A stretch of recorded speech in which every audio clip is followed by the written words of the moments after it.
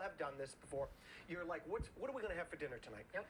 I don't feel like going to the market, but you have a bunch of stuff left over. You have a bunch of stuff. Everyone's produce drawer looks like this. They do. I've cooked in thousands With some of things bowls. you're finding in the back, you're not really sure what it is, Exactly. but it's okay. I'm going to show you how to make an epic sheet pan dinner.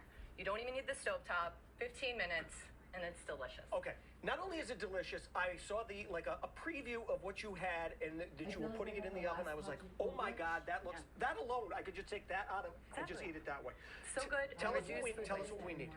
Today, I'm going to show you with cabbage because I think it's underrated and it's really, really delicious, especially in the winter. I have some parsley, some bell peppers, a turnip, onion. I'm also going to use some garbanzo beans in case you don't eat sausage, so I'll show you how to make it vegetarian. Right, because you can, substitute. But truly, the point is use what you have in your fridge because that's the easiest way to reduce food waste and save money. It really is. It's like heartbreaking. Sometimes you have some food in there and you're like, we could have used this for something, and you're taking it and you're throwing it in the trash. It's so wasteful. They say we waste 40% of the food we grow and produce in this country. What kind of sausage are you using on this one? This is just a chicken apple sausage. Okay. My kids like it. I think it tastes great. Yeah. You can use any sort of cooked sausage like that because they cook more quickly. Sounds good. Go to Roadshow right now. You can enter your email and you can enter this contest as well. We'll put this together just a little bit. Back to you. Back in the Roadshow kitchen, thanks to Chef Alison Mumford's here from Ends and Stems. What's in your fridge contest for your chance to win a beautiful, beautiful refrigerator from Gill's Appliance. And today we also have an epic sheet pan dinner with honey mustard dressing on the menu. It looks so good. Tell us what we're going to do right now. So this is the ultimate what's in your fridge recipe. This is. So my friend calls it a whiff, W-I-F, what's in your fridge.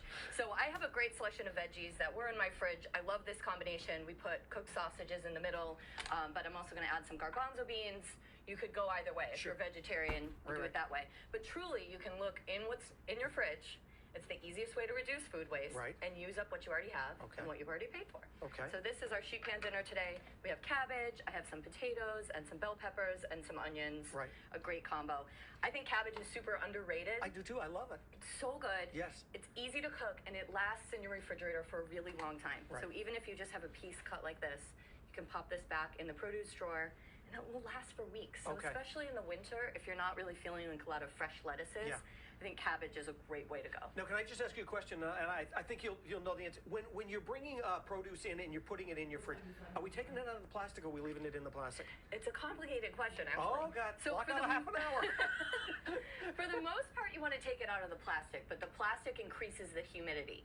So for things like lettuce and actually herbs, if you wrap them in a lightly moist paper towel and then put them in the plastic bag, it will help them from wilting like this. So this was actually my purposefully aged parsley to show you that it's still okay after a little while. All right. But for other things like mushrooms or foods that might rot, strawberries, think of anything that would rot rather than wilt, you want to take it out of the plastic so there's less humidity. Got it. And they will last longer. All right.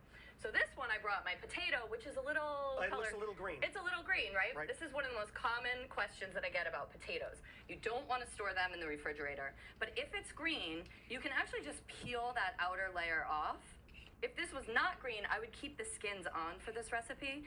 But the green is really just chlorophyll, and it comes from storing potatoes in the sun. Got it. So we can peel this off.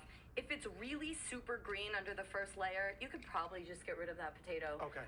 But a little bit of it, you can just peel right off. And we'll slice this up.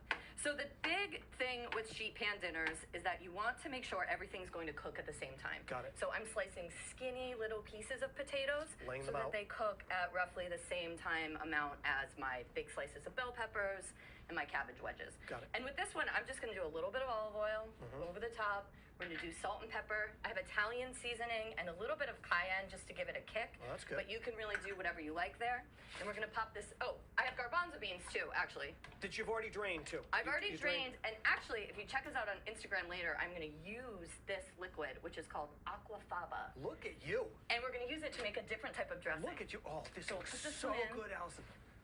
And this is it. So we go hot and fast. The oven's at 425. Looks so good. And everything gets nice and golden and crispy and beautiful. And you can see when we put it out on the plate, I slice up the sausage. Right. So everybody gets a little bit. And I just want to show you quickly the honey mustard sauce, which certainly you can buy honey mustard. Right. But when you make it, you have a little more control. Do you like it more potent? Do you like more of the horseradishy mustard taste or a little bit more honey? So you really have control over it. I also put a little mayo in it, which makes it more like a dressing, and it kind of gives it some body. It has a nice taste to it, but if you don't like mayo, you can leave it out. And let's see, I have some cider vinegar here. Could use lemon. And then my mustard. Some of the mustard too. I like the whole grain mustard. I think it gives a nice, you can kind of see it in the final product. And while you're doing that, if someone is at home right now and they want to enter the contest, all you have to do is go to roadshow.com. You click on the contest, it's right there. Enter your email address in. It's simple and easy to do, and you could win a beautiful, beautiful refrigerator. Thanks to our friends at Gill's Appliance. Thanks so much for coming in. Thanks for having me. Great to see you. We'll be doing this again next week as well, checking out what's in your fridge. Back to you.